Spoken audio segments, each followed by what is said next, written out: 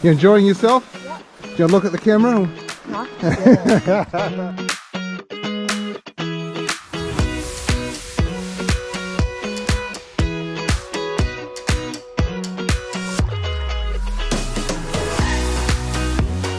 Hey everyone, welcome in today to this wintry lakeside camping where I tell you what, nothing excites us more as backpackers than getting out into the great outdoors. However, when the trip is over, we can feel a bit blur. In fact, you might call it the post-backpacking blues. In fact, psychologists actually have a term for it. It's called the letdown effect. And they would suggest that the bigger the excitement, the bigger the crash can be.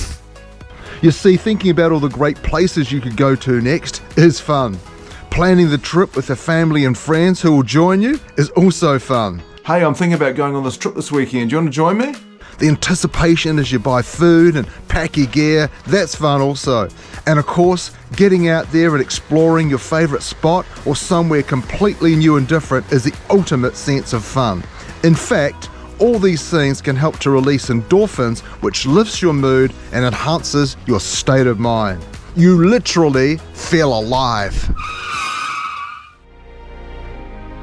But when your trip is over and you're back into the daily grind and it seems as though your life is a million miles away from the things you really ideally love to do, it can leave you feeling a bit flat, both mentally and physically.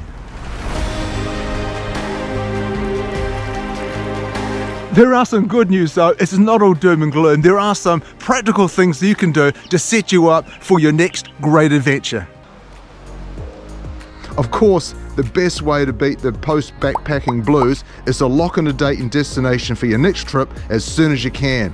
Be careful though that excuses don't speak louder to you than your next intended adventure.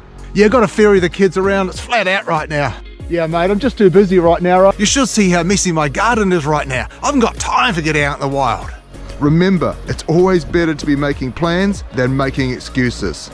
Talking to others while you're out backpacking is a great way to be inspired and to get some fresh ideas for your next trip, as is watching YouTube videos, being part of a local tramping club, as I am, or an online group, or by reading outdoor magazines.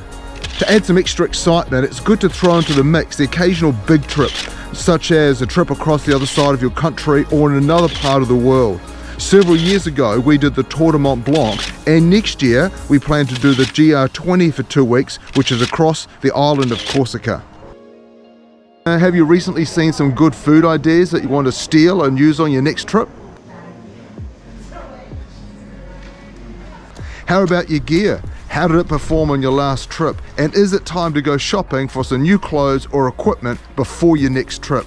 If you're anything like me, you certainly don't need any encouragement to add to your kit. Relive the trip you went on by looking through photos you took or by posting them onto social media if you're into that type of thing. I find poring over video footage is a good way for me to be able to fully enjoy the trips I've been on. You might also find that you need to step up your fitness or your technical skills before you go away again, or get some medical help for a recent or an ongoing injury you've got. I hope you found these tips helpful, and I certainly hope that they've kept the dream alive between now and when you get out on your next great adventure. And of course, if you haven't subscribed, that'll be fantastic. And of course, until I see you in the next action-packed, awesome video, always stay safe, stay strong. See you in the next video, everyone. Bye.